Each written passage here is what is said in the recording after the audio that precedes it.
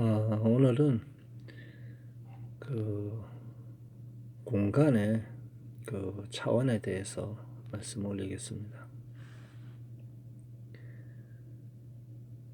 이 시간과 공간의 그 개념을 조금 지금까지 배워온 부분에서 좀 벗어나는 게 굉장히 중요합니다. 왜냐하면 그 신선의 경계에 그 들어가는 어떤 그런 존재의 그 의식 체계에서는 지금 배워왔던 어떤 물리학의 의미가 없어요.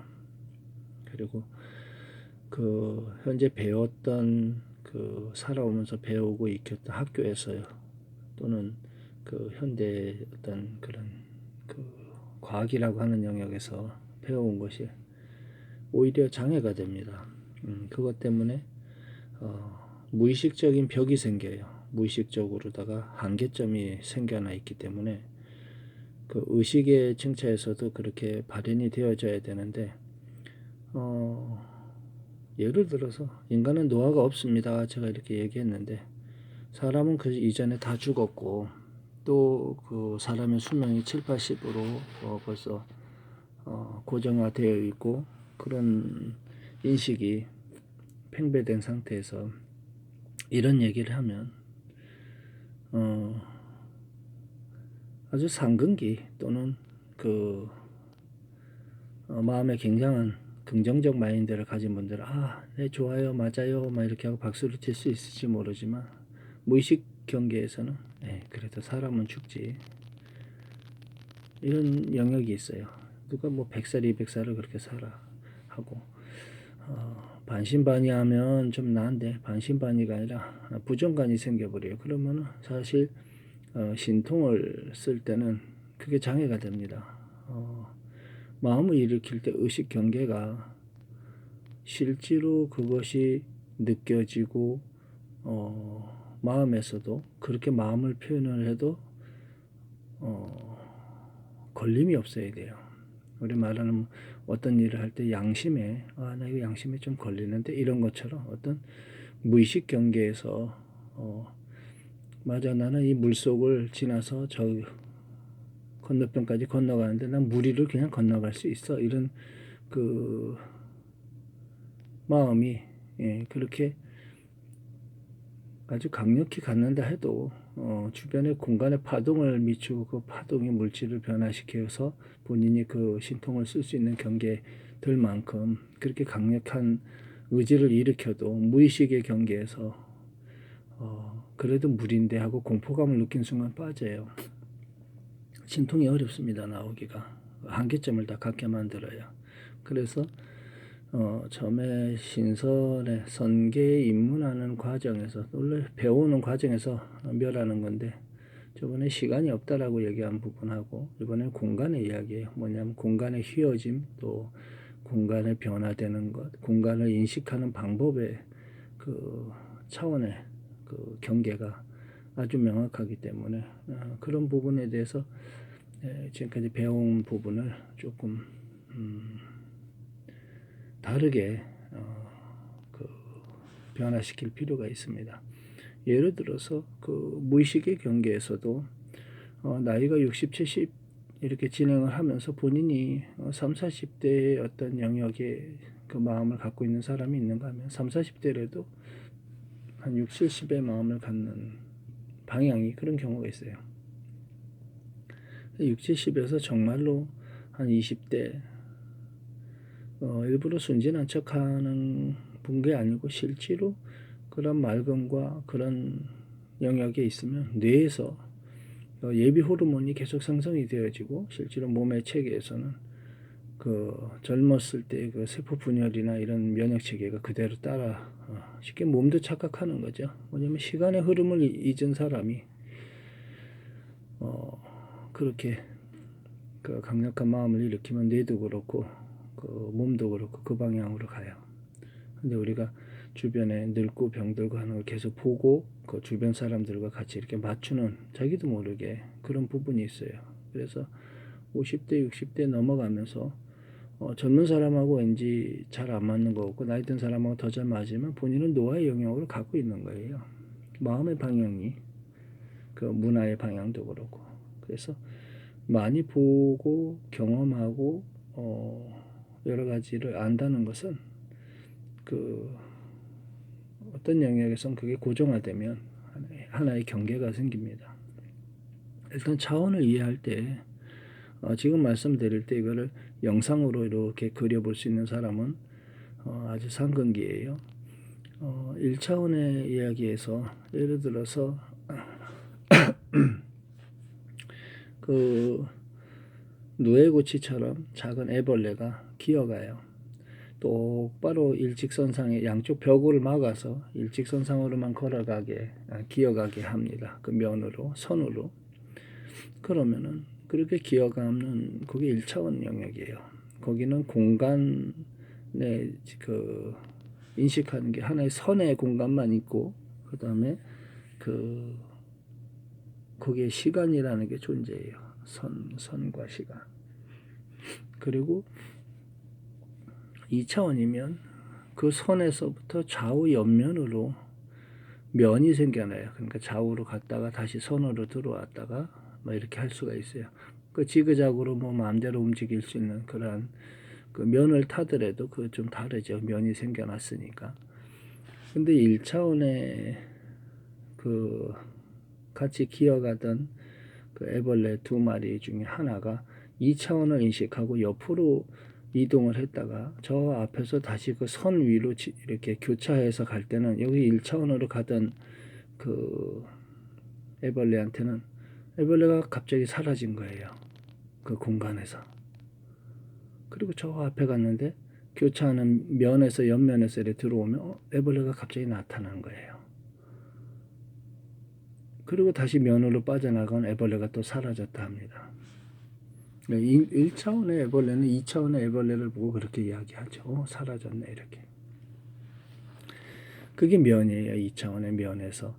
근데 그 가다가 애벌레가 중간에 그 면을 타고 가다가 갑자기 이제 2마리가 2차원까지 이제 진행을 했어요. 2차원에서 서로 면을 타고 막 돌아다니니까 서로 봐요. 면에서는 보이니까.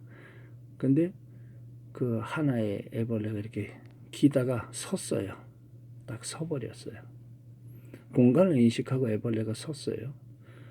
허공에 이렇게 딱 섰는데 그 면을 타고 가는 그 애벌레 입장에서는 허공에 있는 것은 안 보여요.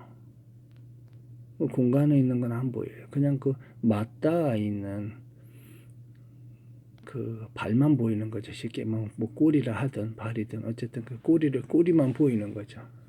얘가 몸이 사라졌네. 이렇게 생각해요. 막 면을 타고 돌아다닐 때 그 서서 꼬리로다가 다니는 그 3차원의 공간을 인식한 입장에서 서서 한 발 디뎌서 탁 놓으면 그 면에 닿을 때는 그 2차원에 그 있던 그 애벌레는 보여요. 얘가 나타났구나. 근데 다시 발을 들어서 꼬리를 들어서 다음 허공을 짚어서 3차원에서 다시 2차원으로 내려갈 때는 사라졌다가 다시 나타났다라고 얘기를 해요. 3차원의 존재는 2차원에서는 보였다 안 보였다 해요. 특이하죠. 여기 이제 공간을 인식하는 방법이에요. 꼭 알아야 됩니다. 왜냐하면 비추는 힘이 나중에 이거 신통을 쓸 때 필요해요. 인식 체계가. 그래서 그 3차원의 영역인데 그 3차원에 그렇게 허공에 디뎠다 놨다 이렇게 하는 그 공간을 인식하는 존재도 쉽게 얘기하면 번데기가 나비가 돼서 허공에 날아요. 쉽게 얘기하면 그 나비 입장에서 저 밑에 보면 면을 타고 뭐 걷고 하는 그런 존재들은 다 그냥 애벌레예요. 나비가 되면 일단 그 허공에서 자유롭죠. 땅을 딛지 않아도 그 면을 딛지 않아도 그 존재를 할 수 있으니까. 그러면 휙 날아가서 저쪽 뒷면에 가가지고 내려앉았다가 다시 푹 날라서도 저쪽 앞면에 가서 내려앉았다가 그러면은 거기에 그쪽 공간의 입장에서 시간을 지난 공간에서 나타났다가 사라졌다는 이런 식으로 인식이 되어질 수가 있어요. 지나간 시간의 증차에서 공간이 변화되어진 거죠. 쉽게 얘기하면 4차원의 영역에서는 그 시간의 영역이 좀 무너지는 현상이 있어요. 그러니까 동시에 이쪽에도 있고 저쪽에도 있고 이렇게 보여질 수 있는 거예요. 그 영역이 이제 그 공간으로 얘기할 때는 그냥 그 3차원의 공간에서 사라졌다가 허공에서 사라지듯 사라졌다가 그 다시 그 3차원의 입장에서는 다른 그 차원에서 예를 들어서 눈앞에 오른쪽에 있으면서 동시에 왼쪽에 있고 왼쪽 사람한테 보였는데 저쪽 오른쪽 사람한테도 봤다 하고 막 이런 현상이 일어나는 거예요.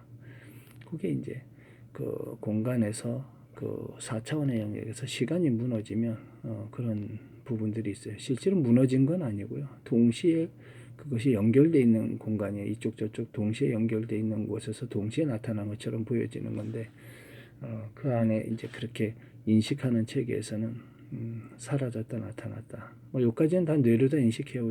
우리 지금 현재 인류가 살아가는 방식에서는 1차원, 2차원, 3차원의 영역을 넘어섰으니까 4차원 이야기하지 이제 5차원까지도 가능해요. 왜냐하면 그 5G라고 하는 그 동영상에서 지나간 것을 재생을 하면서 스포츠에서 다시 재생을 하면서 뒤에 일어난 일을 측면에서도 보고 위에서도 보고 아래서도 보고 옆면에서도 보고 막 이렇게 볼 수 있잖아요.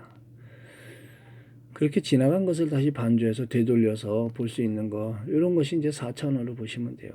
그 5차원의 경계제 이제 지나간 것까지 그렇게 다시 되돌려서 볼 수 있는 어떤 그런 영역이 지금 뇌 학습에서 굉장히 중요한 게요. 사람의 뇌가 옛날에 저희들 또 옛날 분들이 살아왔던 데서 경험해 보지 못한 영역으로 확장이 일어나 가지고 변화되어져서 지금은 어린아이들이 그런 교육이 저절로 되고 있어요.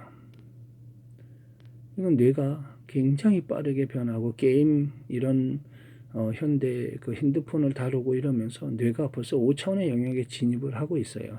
자기도 모르게 굉장히 빠르게 학습을 하고 있고 그러나 그 벌써 5, 60대 넘은 분들은 뇌가 그 게임도 이해하기 어렵지만 애들 그것도 흥미가 어렵고 뇌가 힘들어해요.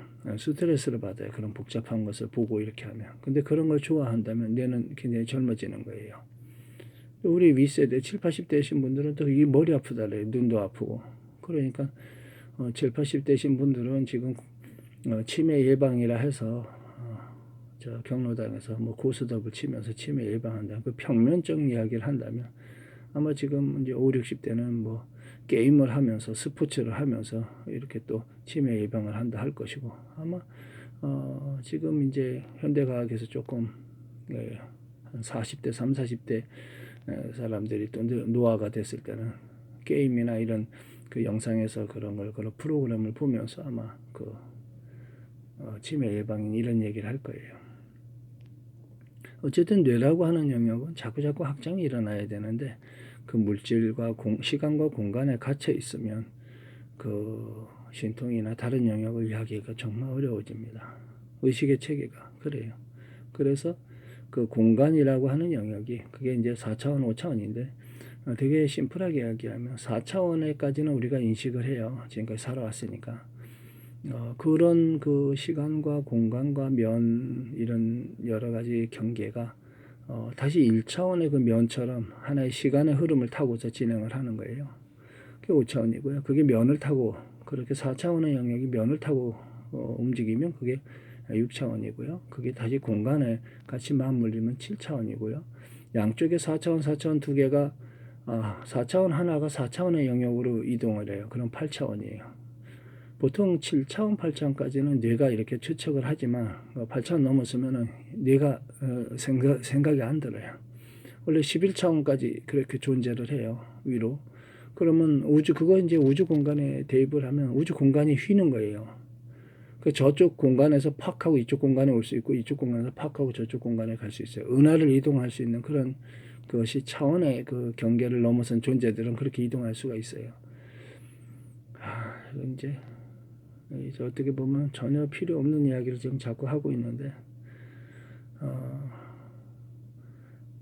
예를 들어서 면을 타는 애벌레 보고 너는 애벌레가 아니야, 너는 누에고치란다 하고, 번데기가 된 그 삼촌애가 야, 니들 기지 마라, 우리는 애벌레가 아니었어, 우리는 번데기야 하고 다 번데기가 되어야만 해 하고 누가 일어서서 번데기가 됐어요.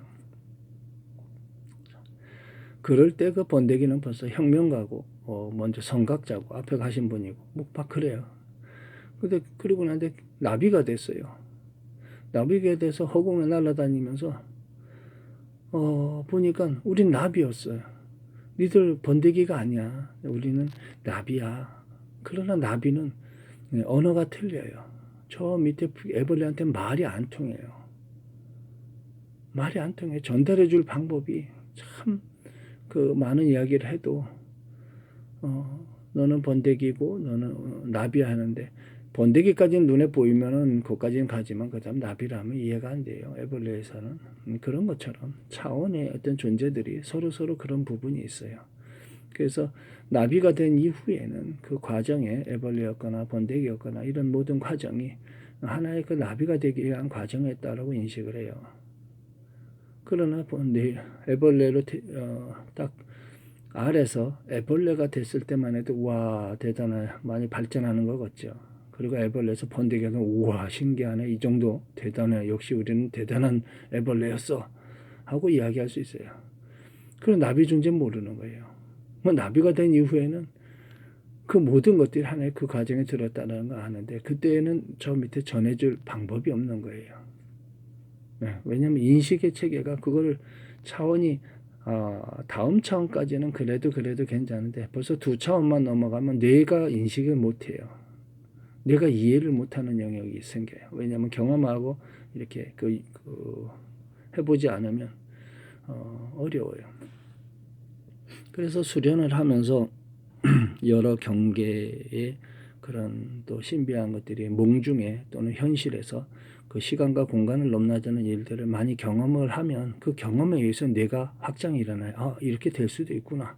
물질 세계가 이렇게 변화하기도 하구나. 광명이 이렇구나. 그래서 다양한 경험이 사실은 뇌의 인식을 변화시키고 바뀌는데 굉장히 중요한 역할을 합니다.